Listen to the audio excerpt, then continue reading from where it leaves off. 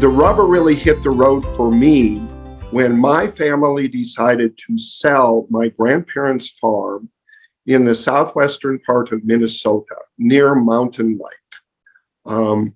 Knowing that because of the doctrine of discovery and its cementing into US law, the land really was unfairly confiscated from, stolen from indigenous peoples. So I needed to do something about that. Well, my name is John Stace. I'm a former executive director of Mennonite Central Committee Central States. And in the last several years in my retirement, I have two passions.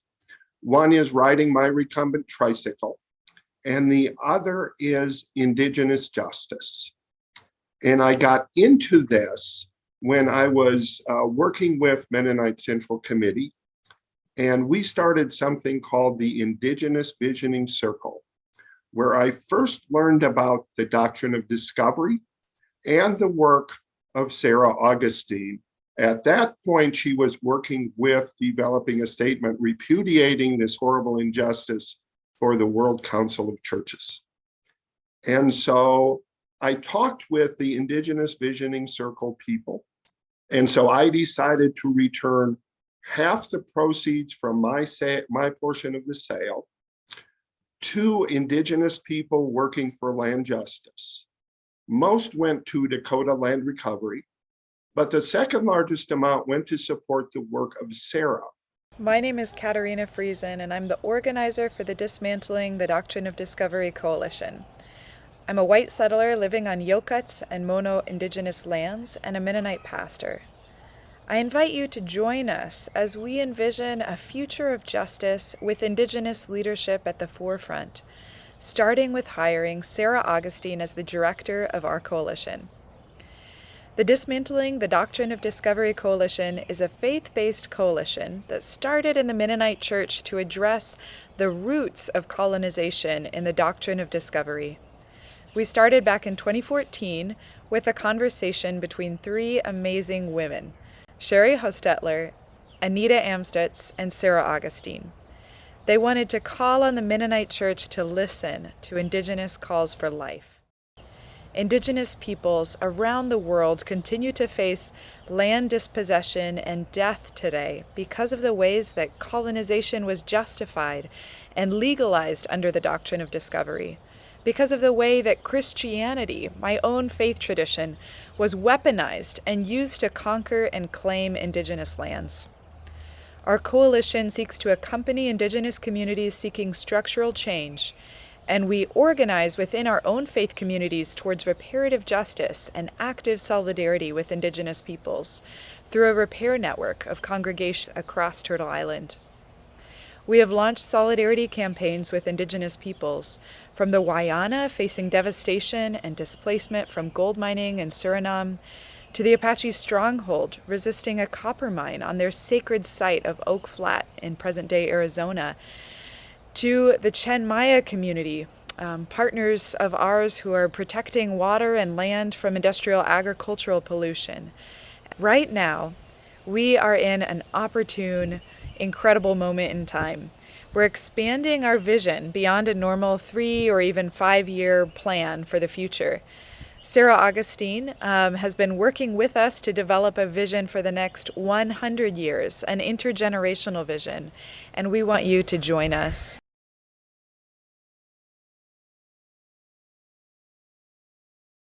So I think to start, we really have to start with, what I've learned from my elders about the nature of reality. And I think that it's where we've got to start. So I've learned that we live in a closed system of mutual dependence. So a closed system is a physical system where no new elements can come in or out. So I'm really talking about our life support systems, the life support systems of air and water and soil. And there's no new water, there's no new air, there's no new soil. The earth is a closed system. And within that system, we are mutually dependent. We're mutually dependent on each other as human beings, but we're also dependent on, what my longtime friend and mentor Steve Darden calls the Standing Green Nation, which is the community of plants and trees that we depend on. We're mutually dependent with an ecosystem of other forms of life, from the bacteria in the soil to large complex animals, and in oceans filled with animals. And we're mutually dependent with them. And that reality that I've learned from my elders is in competition or in stark contrast with the reality that I've learned from the dominant culture, which is this idea that progress is linear in time, and that progress is evident by accumulation. So in this view of reality, the earth is a set of raw resources, and extractive industry extracts those resources in the service of progress. And success is measured by the accumulation of wealth and power and security. And so extraction is rooted in the concept of dominion or domination. So I would call that extractive logic. And that extractive logic is justified by the concept of perpetual growth. So in the capitalist system that we live in now, economic system, in order for us to feel that we can thrive, we need to be looking at, constantly to the horizon for perpetual growth. We're just going to continue to grow and grow economically. And that does not comply with the nature of reality, as I understand it from my elders, a closed system. You cannot just constantly expand production and consumption. And so extraction threatens every system of life on Earth through the pollution of air and water and soil. Competition is a requirement to get one's needs met. And this leads to stratification and violent hierarchies and oppression. And we recognize that in order to resist those structures, we have to be imagining structures that are based on a different logic, which is the logic of mutual dependence. The fact that we all are in it together, and one succeeds as the other succeeds, or fails as the other fails. And so dismantling the doctrine of discovery also means dismantling a land tenure system that is based on oppressive logic, and dismantling that understanding of land tenure in the United States and around the world. So intrinsic within that is land return to Indigenous peoples. In fact, with fee simple title, and also in control, that Indigenous peoples have a perspective to offer to humanity, and with that perspective, leadership must be granted to Indigenous peoples to manage the land resources that they've been managing for untold generations, with a logic that is counter to this extractive logic. So within the Dismantling the Doctrine of Discovery Coalition, we are grounded in the mandate of Jesus. And that mandate that Jesus speaks in the book of Luke is a mandate of right relationship and repair.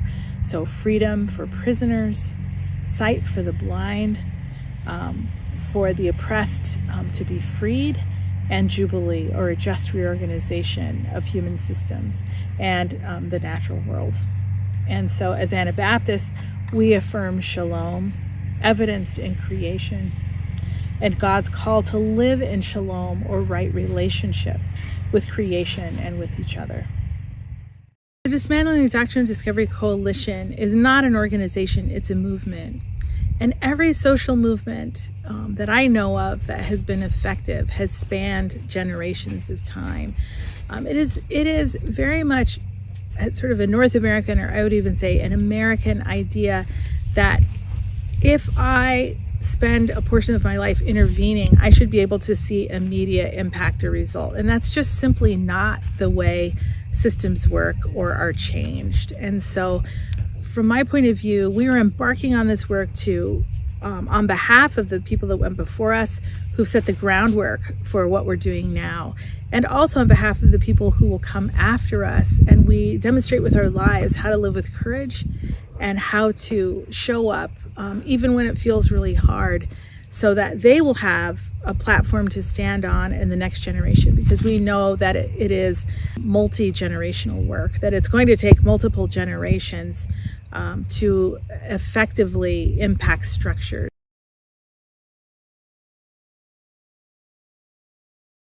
Sarah has been a leading voice calling the Christian church to dismantle the structures that oppress Indigenous peoples and deprive them of their lands and of justice. Sarah has done all of this while still working full-time at other jobs. It's long been a dream of hers and of our coalition's that she be released to do this kind of prophetic work full-time. And now that time is at hand. First Mennonite Church of San Francisco has issued a $100,000 challenge grant to the larger church. For every dollar donated towards Sarah's salary campaign, First Mennonite Church will match that dollar for dollar up to $100,000 through Indigenous Peoples Day, October 10th of 2022, this year. Will you join us in making a sustaining donation today to support Sarah and to join our vision of wholeness and health for all the earth? We hope that you will. Thank you. I think about the words of Dr. Martin Luther King Jr. The long arc of history bends toward justice. I believe Sarah has caught on to that vision.